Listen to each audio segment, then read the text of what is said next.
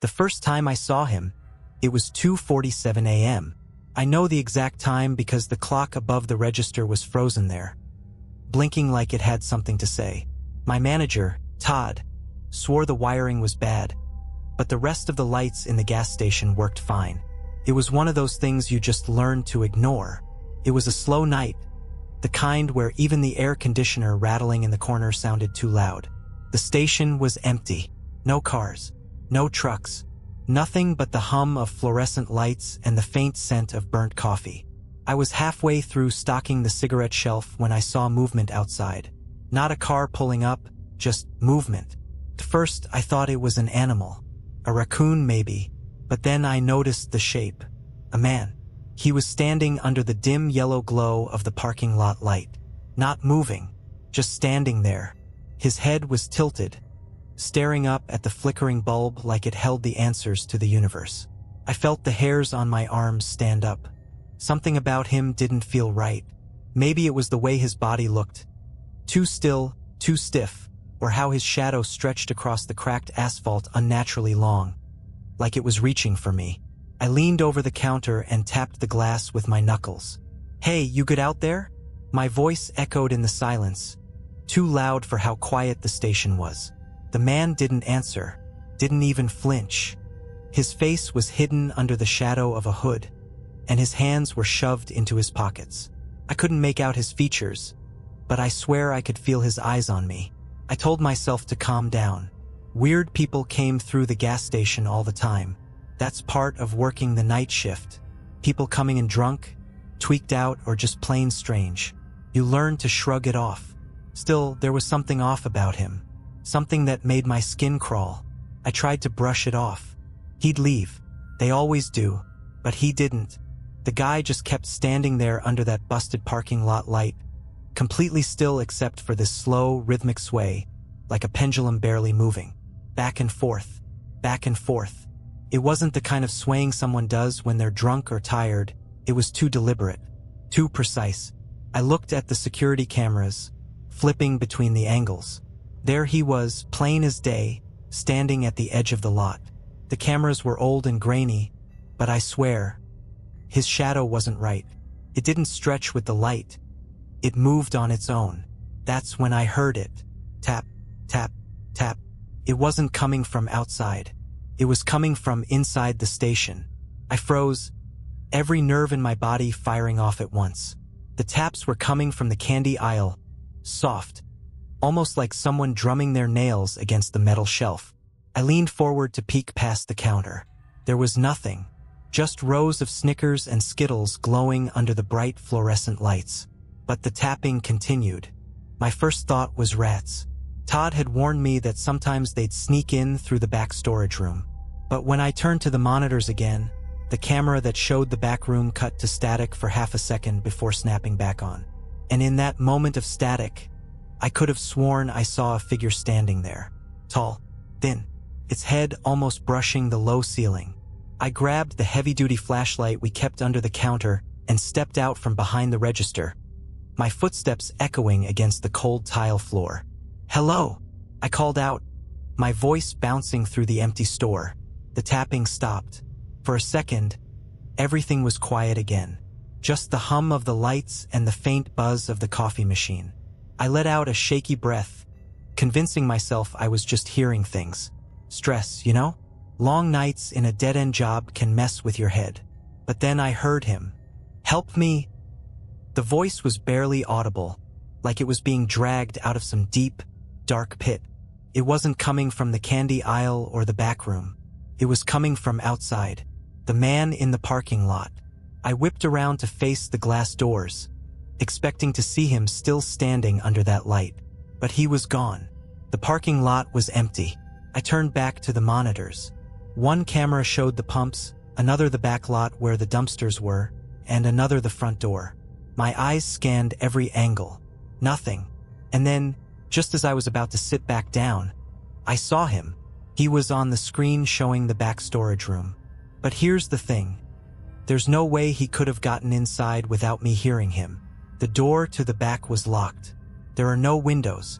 No way in or out unless you have the keys, which I kept clipped to my belt.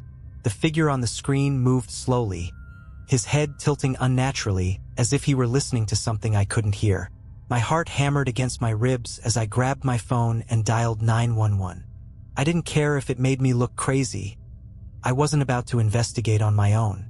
But as I raised the phone to my ear, the line didn't ring. Instead, a loud burst of static exploded from the speakers, so sharp it made me flinch and drop the phone. And over the static, I heard it again. That same voice, closer this time. "Help me?" I grabbed the flashlight and ran to the storage room door. My gut was screaming at me not to go in, but I couldn't just stand there. I had to do something. When I reached the door, I noticed something that made my stomach drop. The lock. It was hanging loose, the metal bent like someone had ripped it apart with their bare hands. The air around the door felt colder, enough to make goosebumps rise along my arms. I swung the door open, the flashlight beam cutting through the darkness. There was no one there. The room was empty, except for the rows of shelves and stacks of unopened boxes. But something felt wrong. The air was thick, heavy, like the whole room was holding its breath. And then I saw them. Footprints. They were wet, glistening under the flashlight beam, leading from the back of the storage room toward the wall. But they didn't stop at the wall. They disappeared into it like whoever made them just walked straight through solid concrete. The man didn't respond. He was closer now, close enough that I could see his face, or what should have been his face. Instead, the hood framed something pale and smooth, like skin stretched too tight. No eyes, no nose, just the vague impression of features that weren't quite finished. I backed up, gripping the phone so hard my fingers ached. "Hey, I'm calling the cops," I shouted, even though my voice cracked halfway through. He tilted his head, the movement sharp and unnatural, like a puppet on strings. Then he did something I'll never forget. He pressed his hand against the glass. His fingers were long and bony, each nail dark and cracked. But it wasn't just his hand that got me. It was the print he left behind. The glass didn't fog like you'd expect from someone breathing in the cold. Instead, the glass frosted over where he touched it, white tendrils spreading outward like cracks in ice. The temperature in the station dropped, and I could see my breath fogging up in front of me. "Okay, screw this," I muttered, backing toward the storeroom. The phone was useless. No one was going to believe me if I called 911 about some faceless guy freezing my window. Before I could get to the door, the bell above the entrance jingled. I froze. I didn't hear the door open, just the bell. When I turned back, he wasn't outside anymore. He was inside. I swear my heart stopped when I saw him. He was standing just inside the door, motionless, the hood still casting shadows over his unfinished face. The frost from his handprint on the glass was now creeping along the floor, thin veins of ice spreading outward like spiderwebs. The air felt heavier, colder. I took a step back, nearly tripping over a stack of chip boxes behind the counter. My brain was screaming at me to do something. Run, hide, scream, but all I could do was stare. He wasn't moving, but somehow it felt like he was watching me, studying me. Then the lights flickered. "Okay, buddy, you need to leave," I managed to choke out, though my voice sounded hollow and pathetic. I reached under the counter and grabbed the metal bat Todd kept there for emergencies. My sweaty hands gripped the handle tight, but it felt like holding a toothpick against a freight train. He didn't react, didn't flinch, just stood there. The bell above the door jingled again. For a split second, I thought someone else had come in. Maybe a trucker, someone to help. But no, the door hadn't opened. The bell just rang on its own, over and over, faster and faster, until the sound wasn't a jingle anymore. It was a deafening shriek of metal, scraping against itself. I dropped the bat, clutching my ears as the noise drilled into my skull. And that's when he moved. He didn't walk. He didn't even step. One moment he was at the door, and the next, he was on the other side of the counter, inches from me. Couldn't breathe, couldn't scream. All I could do was stare into the blank, smooth surface of his face. Then he spoke. Not with a mouth, there wasn't one, but with a voice that seemed to echo from everywhere at once. It was low, guttural, like the sound of grinding stone. "You're not supposed to be here." My body reacted before my brain. I shoved past him, bolting toward the back storeroom. My boots slipped on the frosted floor, and I nearly went down, but adrenaline pushed me forward. I slammed the door shut behind me and threw the lock. For a moment, everything was silent. Then the lights in the storeroom went out. The darkness in the storeroom wasn't normal. It wasn't just the absence of light. It felt alive, like it was pushing against me, trying to crawl into my skin. I fumbled for my phone, desperate for any kind of light, but my fingers were shaking too much to unlock it. And then I heard it. The sound was faint at first, like someone dragging their nails across a chalkboard, but it grew louder, closer. It wasn't coming from outside the door, it was coming from the ceiling. I glanced up, and my breath caught in my throat. There, in the dim glow of my phone screen, I could see it. Fingers, long, skeletal fingers, sliding through the gaps in the ceiling tiles. They moved slowly, deliberately, like whatever was up there was savoring the moment. "You're not supposed to be here." The voice growled again, this time so close it felt like it was coming from inside my head. I stumbled backward, nearly knocking over a shelf of cleaning supplies. My back hit the cold metal of the storeroom's emergency exit. I fumbled for the handle, my heart pounding so hard it felt like it was going to burst. Locked. Of course, it was locked. The tiles above me creaked. I didn't want to look, but I couldn't stop myself. Slowly, I tilted my head up. The tiles were bulging downward, as if something massive was pressing against them. They cracked one by one until crash. The ceiling exploded and he dropped down. His limbs didn't bend the way they should have, and his body moved like it was being yanked by invisible strings. That unfinished face, smooth and blank, was inches from mine. "You don't belong." The voice hissed, louder this time, making my ears ring. I did the only thing I could think of. I grabbed the nearest thing off the shelf, a bottle of industrial cleaner, and hurled it at him. The bottle burst, spilling its contents everywhere, and for the first time he reacted. His body twitched violently, and he let out a sound that was more animal than human. A shriek so high-pitched I thought my skull would crack. Taking advantage of his momentary distraction, I threw my weight against the emergency door, slamming into it over and over until the lock finally gave way. I tumbled outside into the cold night air, gasping for breath. But the parking lot wasn't empty anymore. There were more of them, a dozen, maybe more, standing under the flickering lights. All of them had the same unfinished faces, the same unnatural stillness. They didn't move, didn't make a sound. They just stared, or at least I think they were staring. Behind me, I heard the storeroom door creak open. I ran faster than I've ever run in my life. My boots slammed against the cracked asphalt as I bolted across the parking lot. But no matter how fast I moved, I could feel them behind me. Not running, not chasing, just there, like shadows stretching closer with every step I took. I didn't dare look back. The gas station was in the middle of nowhere, surrounded by dense woods.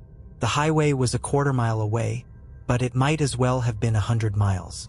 My lungs burned, my legs screamed, but I pushed forward, praying that a car, any car, would show up. The road finally came into view, but as I broke through the tree line, I froze. There, parked across the highway, was a single car. A black sedan, its headlights cutting through the night like knives. Relief flooded my chest for half a second, until I saw the driver. He was standing outside the car, leaning against the hood. At first, I thought he was just a normal guy, someone who could help me, but then I noticed the way he stood. Too stiff, too still, and his face just like the others. Smooth, blank, unfinished. Behind me, the woods were silent. No footsteps, no rustling leaves, nothing. I turned slowly, my chest heaving, and my stomach dropped. They were all there, lining the edge of the trees, perfectly still, perfectly silent. Their numbers had doubled, tripled, maybe more. A sea of faceless bodies, stretching as far as I could see. The man by the car tilted his head, just like the one in the gas station had. His hand rose, slow and deliberate, and pointed at me. "You don't belong." The words didn't come from his mouth, he didn't have one. But I heard them all the same. The voice was inside me, vibrating through my bones, tearing through my mind. I staggered backward, clutching my head, but the words didn't stop. "You don't belong." Couldn't breathe. My vision blurred. The edges of the world seemed to fold in on themselves, and for a moment, I thought I was going to black out. Then I heard something. A sound I hadn't realized I was desperate for until that moment. An engine. Headlights burst over the hill, and a beat-up pickup truck came barreling down the highway, its horn blaring as the driver slammed on the brakes. The man by the black sedan didn't move. He just stood there, pointing at me as the truck skidded to a stop.